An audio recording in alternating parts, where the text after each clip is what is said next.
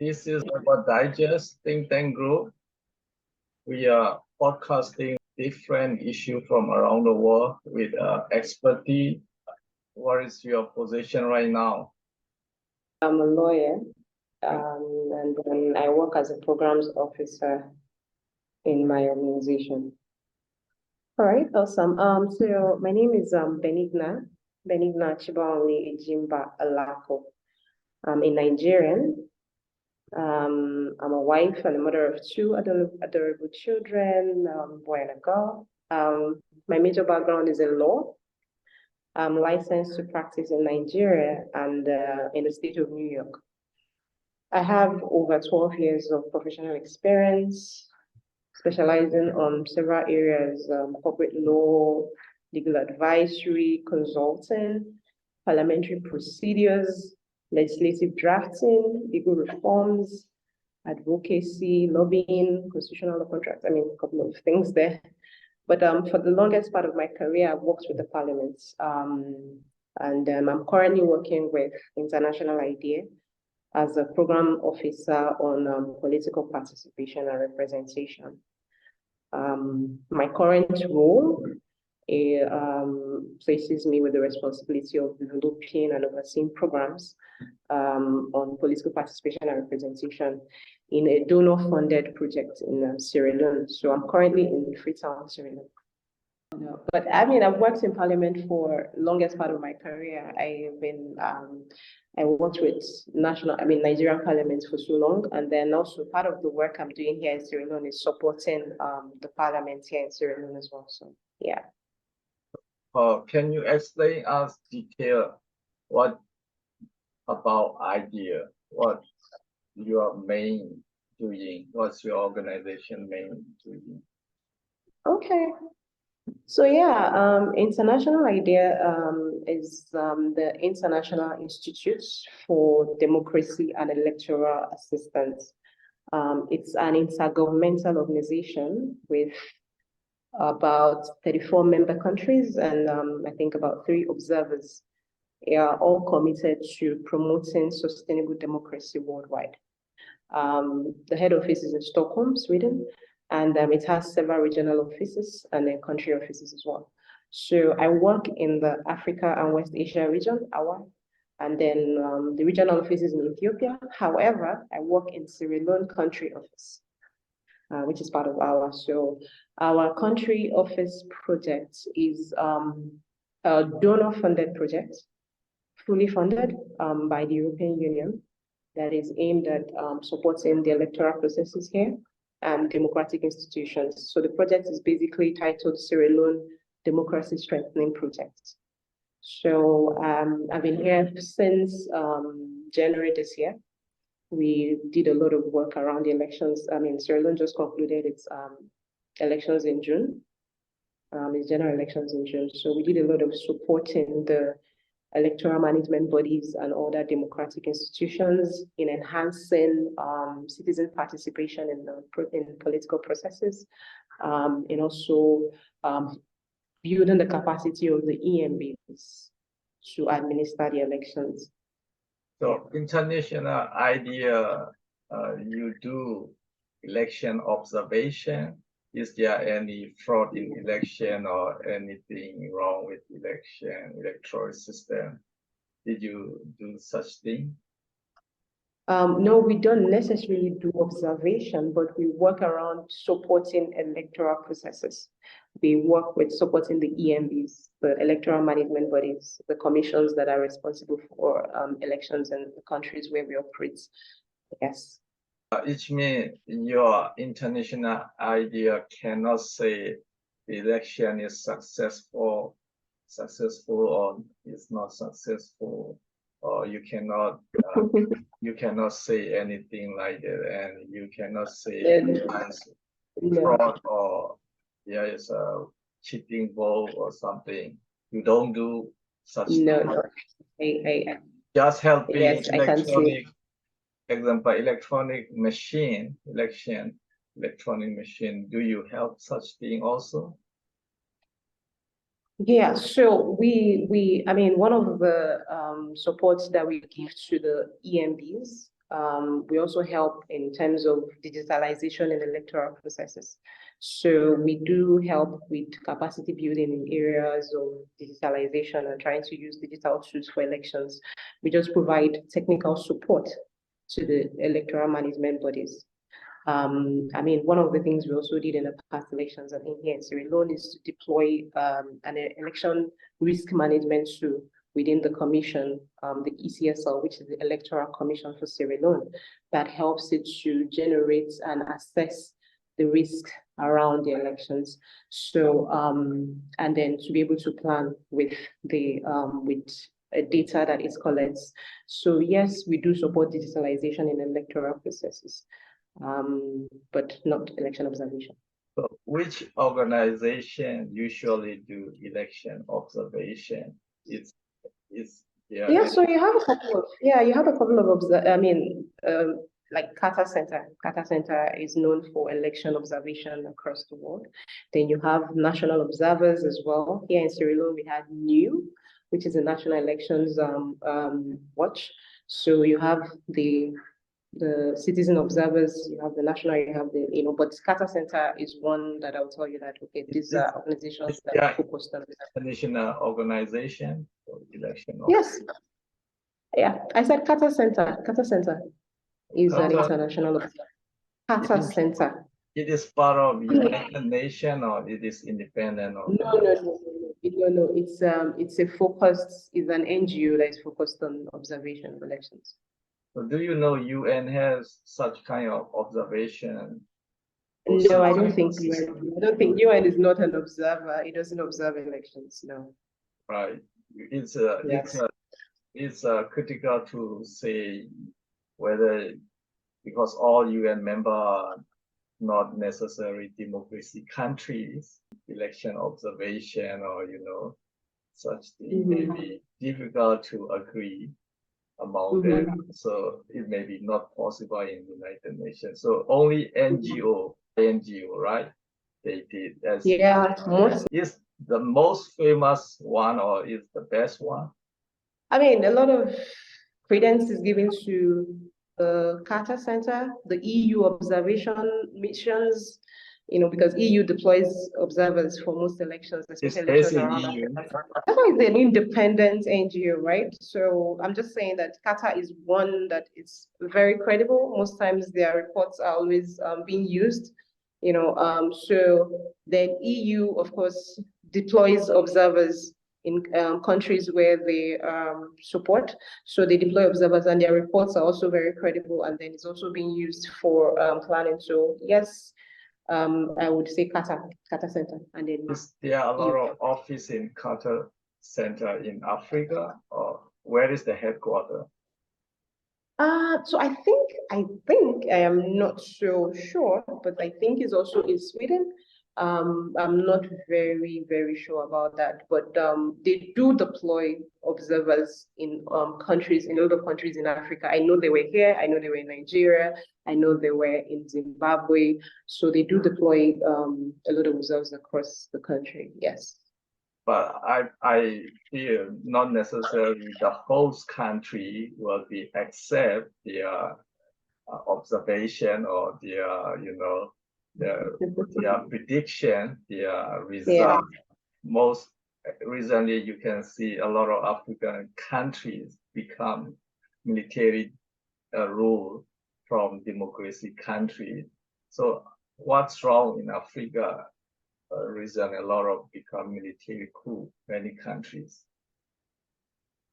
Yeah, I mean, it's really quite disappointing. The kind of, especially for us who are working in organizations that are supporting democracy, right? It's very disappointing the new trend, would call it a trend that we are seeing across Africa, especially in West Africa. I mean, we are drawn back to the point where we're just sitting and calculating, oh, where is the next coup going to happen? Right now everybody's just making all manner of calculations. Oh, this is going to happen in this country, this is going to happen in this country. But it's I would say it's a lot of challenges because not from these coups, I mean, if we look at what has been happening and the way the coups have been happening from Mali to Burkina to Sudan to Niger to Chad and to Gabon, there is not one similar cause.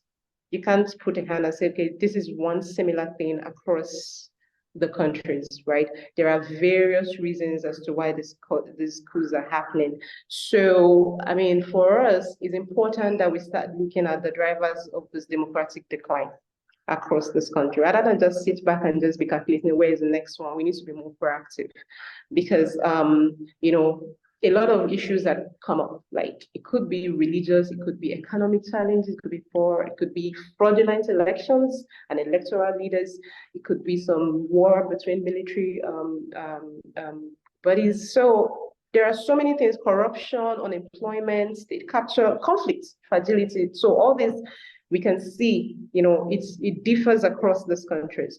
So the point is, you know, we that are working to support democratic processes in West Africa need to start looking at the drivers of this democratic decline, and then channel it in the context where we work. So rather than sitting back to calculate where is the next coup going to happen, we tend to look to how to prevent the next one happening.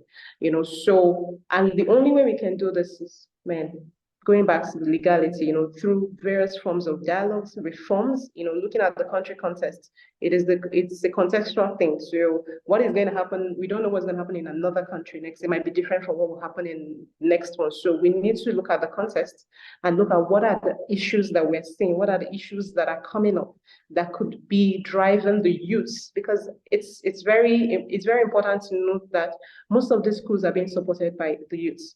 I mean, we see coups happening and we see a lot of youth celebrating it and people coming out to, celebrate coups. And this isn't the world we want to live in. So there is need for us to look at why this is happening, what this trend is, and then look at the country's specific context and then try to prevent the next one through dialogues, through reforms, whatever approach that may be necessary. But understanding what exactly is driving the democratic decline in the particular country is very, very key, to being able to, resolve this regional crisis we're seeing in Africa. This is becoming a crisis, honestly. It's a kind of regional crisis in Africa, right? So as you mentioned, mostly there are different characteristic. I mean, each country has different characteristic. There is no common things, you said, and a lot of young people, maybe they disappointed about the system, or they, fed up with the procedure or the system, traditional way of the democracy. How do you think the African people in those regions, they don't want democracy, or because democracy is based on the people, the population? How they are disappointed is true. They totally, they don't want it. They don't want democracy, or they just are pausing for some time and they will come back, or something like that. How their young people attitude, their feeling, their expression. So yes, I mean, in my opinion, I wouldn't say that the young people don't want democracy. What I would say is that a lot of people are dissatisfied with the practice of democracy as it currently is. So I mean, look at most of these countries. Are they truly, truly practicing liberal democracy? It's a question that we need to, there's a lot of indices to check what they are doing. But if people are dissatisfied, they're dissatisfied for a reason, right? However, those people still want their voices to be heard. Is military coup going to guarantee those things to happen? Not so sure. Yes, people are dissatisfied. Like I said, there is not one singular reason as to the reason for this dissatisfaction, right? If I take Gabon, for instance, there was an electoral fraud. But before then, how well is the company performing? What is its economic performance? How are people satisfied with the leadership, the governance structure in the country for years. So people coming out to celebrate, they are very happy with the coup and stuff. It's fine. They celebrate it. Okay, what next? What next? What next? Burkina Faso had its coup since 2020 or 2021, I think. How far? Where are we? Are people still happy that they're still under the military? So I'm not, like I said, this is my opinion. I'm not so sure that people don't want democracy. I just feel like as it is currently practiced in the contexts where this is being done, like they are not satisfied with the outcome. The youths are mostly unemployed. The poor economic performance is affecting a lot of them. So, so they are not satisfied with the outcome. They would rather prefer a leadership that would guarantee certain privileges and freedom for them. The youth still want their voices to be heard. I'm not sure military is the best option, honestly, but I just feel like at this point, everybody just wants something changed. I mean, it's a trend. They will rejoice at something. But the question is, if we really go deep down, if we try to like figure out or take accurate data to understand, the level of satisfaction with the schools and how they want to proceed going forward, I'm not sure it will come out. It's just my speculation. It will come out very clearly that people would rather have military than democracy. It's been a fight for Africa, from a lot of. I also don't agree with the military dictator system is the best one. It will be not possible. It will not good to go permanently with those military dictator. It may be only for some time, for a short period. It can be used, but going for permanent is it's out of question. I guess young people may boring or they disappointed with the same person in election again and again, and the same congressman or the same Congress, members, the government officer, president, prime minister, minister, repeating the same person. Maybe a lot of young people can be boring and they will be, disappointed the system and they suspect with the system, including legal issues. So you are also doing drafting legislative and all parliamentary procedure. How you make sure it can be liberal democracy, that people will not go away from the democracy system.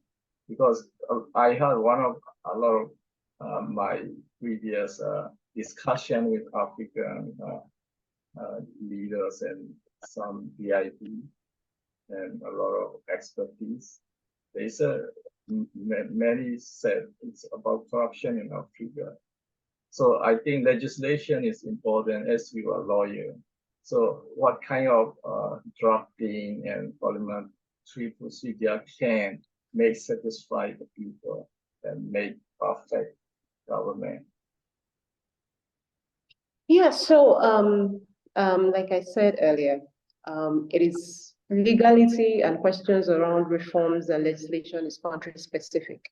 So what is going to be obtaining in Nigeria, for instance, wouldn't be what is obtainable in Sierra Leone. Now, Sierra Leone has had its elections, right? And there is a question around the electoral system that was used. And then a lot of people expressed their disappointments with the outcomes.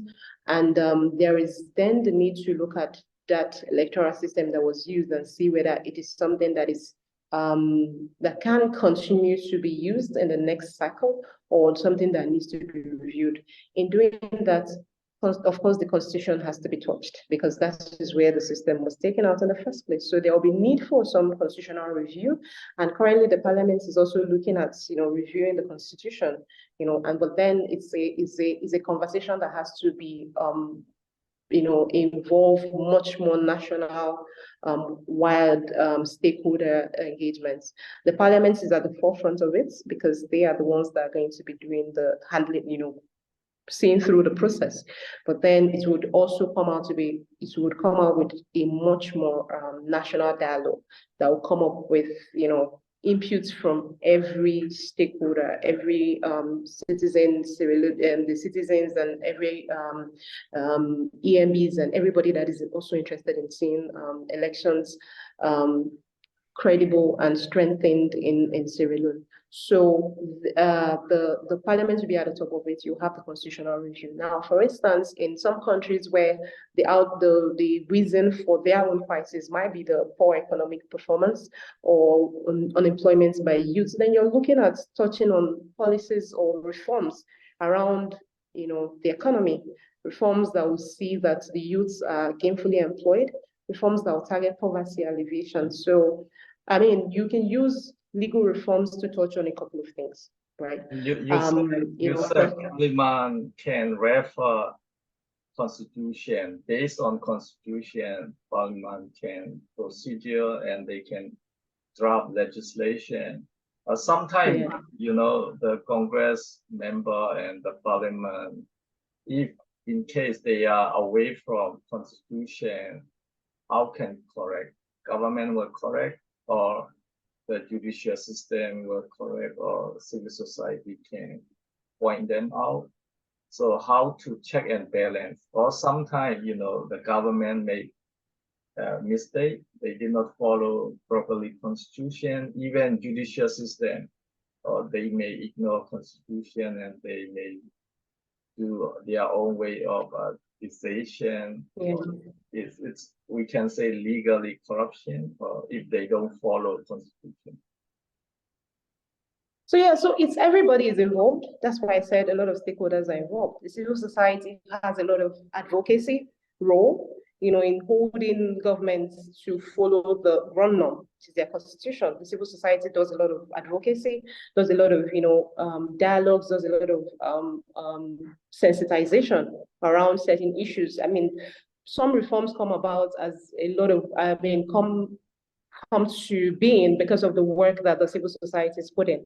Now, the judiciary has its own role because it's the judiciary that eventually has to interpret what goes in there. And the citizens also perform their role, because you as a citizen, if you're affected, most of us are, by an electoral processes, it is with us to actually go and ask the court to interpret it, right? We drag the government, we drag whoever it is that needs to be done to the judiciary to do the interpretation. But the CSOs, yes, do play a lot of roles, and that's where citizens also get to participate, because they are the ones that would hold everybody responsible, hold everybody to adhere to the provisions of the Constitution. And then the judiciary does its thing. The parliament is there to review. If the outcome doesn't eventually favor the people, the parliament is supposed to be a representation of the people. And if whatever it is that is the outcome of the provisions of the Constitution or a process, the parliament is then to now review, and through reforms, the parliament is able to say, okay, seeing that this is no longer working, we can change this and try it the alternate way. So it's a broad, diverse group. Everybody needs to be involved. It's not left for any particular group. Yes. Which means if we want to be liberal democracy, we have to base on human rights norm and standard and free and fair democracy system. So all these, legislation and judicial and government, civil society should be refer human rights norm and standard, right? So sometimes, if very worst case, some country, even judicial system also fail, parliament also fail, government also fail. So many side is fail. How we can rebuild? Like it's become cool, but it's become cool. So this kind of thing, is there any other support? Not if domestic is domestic within domestic is out of control, is there outside support to promote liberal democracy? Like your international idea, I guess you can do something for that.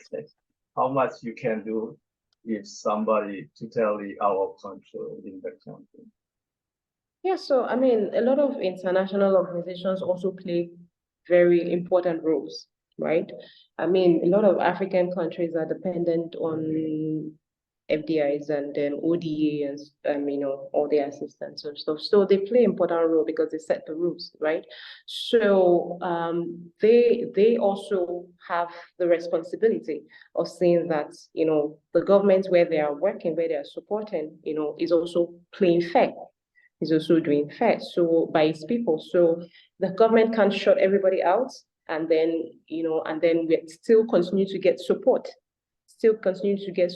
and assistance from the developing world, or from the developed nations. So it's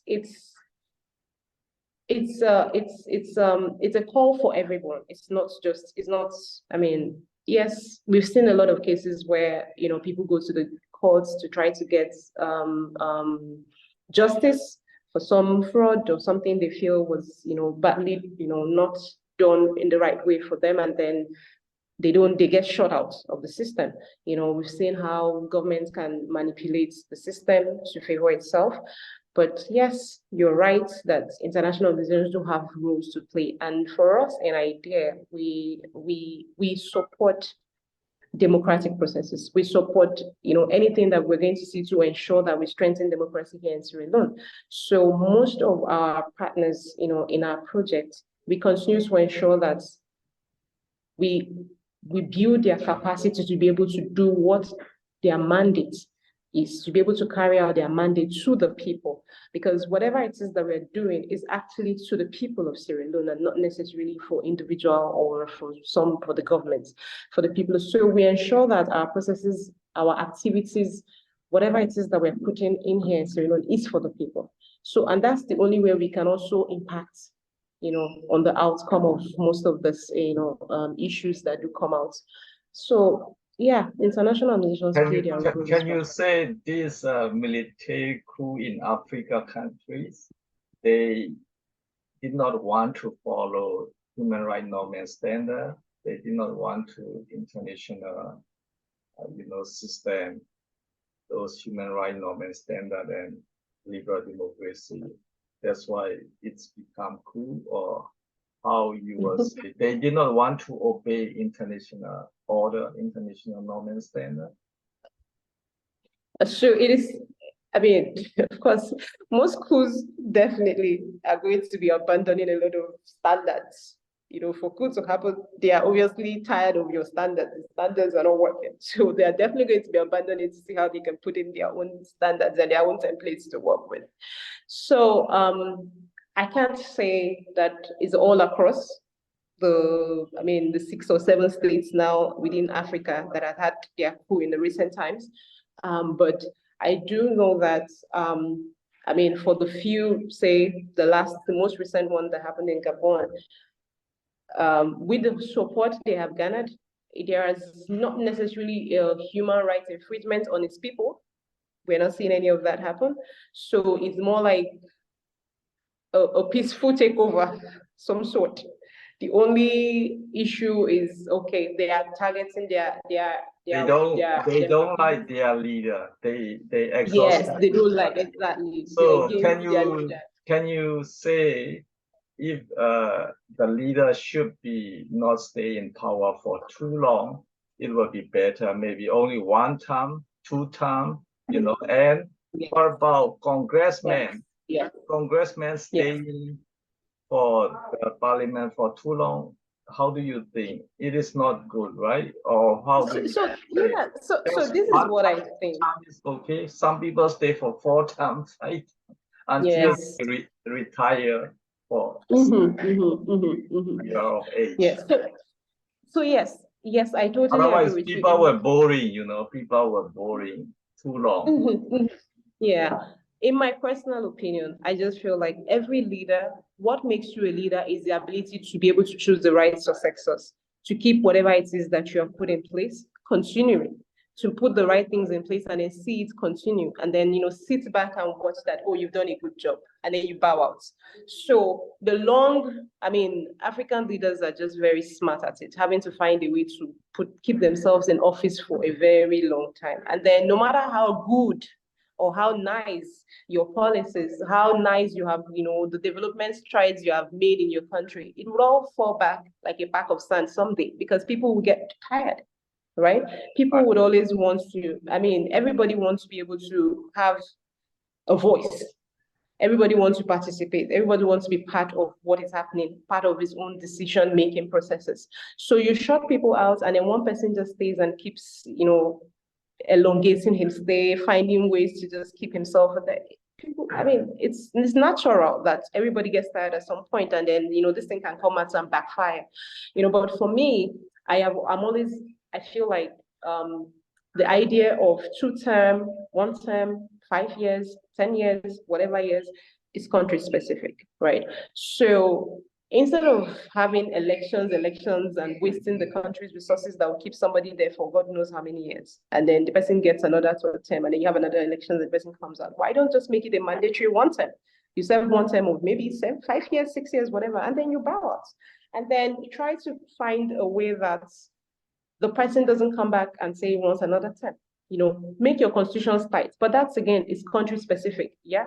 So what might work in Nigeria doesn't work in Syria. But that's my specific means some dictator country, they only prepare for their power for a long time, So that is very, too abstract. So dictator will be always prepared to stay in power for a long time. All the systems, social, political system, they will create atmosphere in that direction.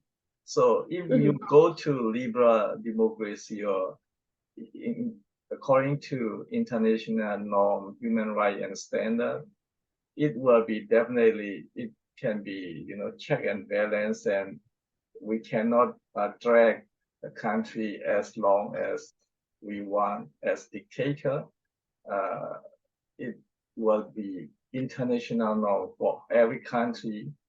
You cannot stay long, because the human rights norm, liberal norm, in that way, it can be better for you to stay short, to promote human rights or liberal democracy or something like that. In case they may do 2-term, 3-term, or they can do some alternative way, but not dictator idea to be country specific.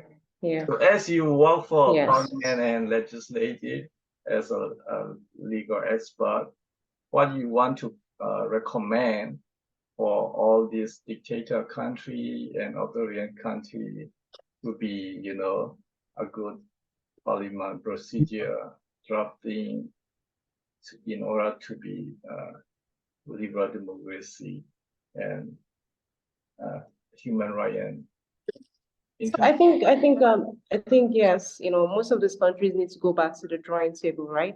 We need to go back to find a way to make sure we have an inclusive governance system.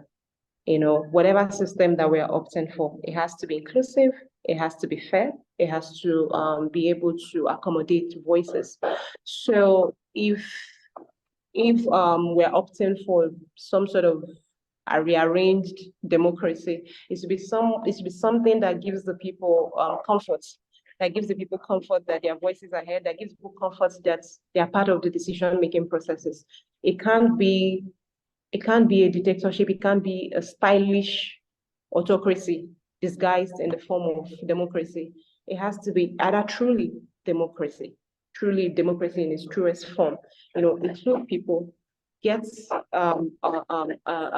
everybody on the table, have a conversation on what exactly we want as a nation. So most of this, honestly, is all about people being satisfied. So if you want to get people to be satisfied, let them be part of the decision-making processes. Once your people are involved, and then you take the right policies that would actually address the challenges people are currently facing. The economic woes in West Africa, it's a problem. So a lot of people, poverty would always be one of the issues that we face here. So have policies that are aimed at ensuring that people are the main focus. People alleviating poverty that people are facing, including people in governance. Those should be the main, people policies should be the main focus. So reforms that are going to be driving, touching on all these drivers, touching on, ensuring that, our people are being, treated the right way. Our people are, the lives of our people are bettered with governance structures should be what we should be looking at. So that should be the central, but then, like I said, it's country specific. What is happening in Sudan is different from what is happening in Gabon and then in Burkina Faso as well. Right. So it's country specific. Let us address what is the driver of that democratic decline in that country through reforms. So that is how we can, touch on most of these things and then be able to have some stride towards positive democracy. Right. So then you are usually you are counseling or teaching about your international idea program in those countries, or advocacy, right? So I handle programs. I do activities that are aimed at supporting democracy in Sierra Leone. Right. So International IDEA is implementing a lot of activities with the EMBs, with other democratic institutions. So we have a lot of activities that are aimed at, including young people in political processes. So in the course of that, we have trainings, we have workshops, we have dialogue sessions, just to ensure we improve political participation, especially with the traditionally excluded groups, the women, the youths, the PWDs, and we include them in political processes. I hope your international idea can promote more liberal democracy, human rights, so people can understand and, they can implement in their country, especially for, the leader, government, parliament, judicial officer. If they know, it will be more effective to implement. And as we discussed, leader and including Congress members should not stay long time in the parliament and in the power. So people are voting for long time sitting in the power. That's why a lot of young people in Africa, it seems they voting and it become military coup. It should not go further military coup. It will be disaster, like another disaster. If short time will be, understandable. So thank you very much, Ben.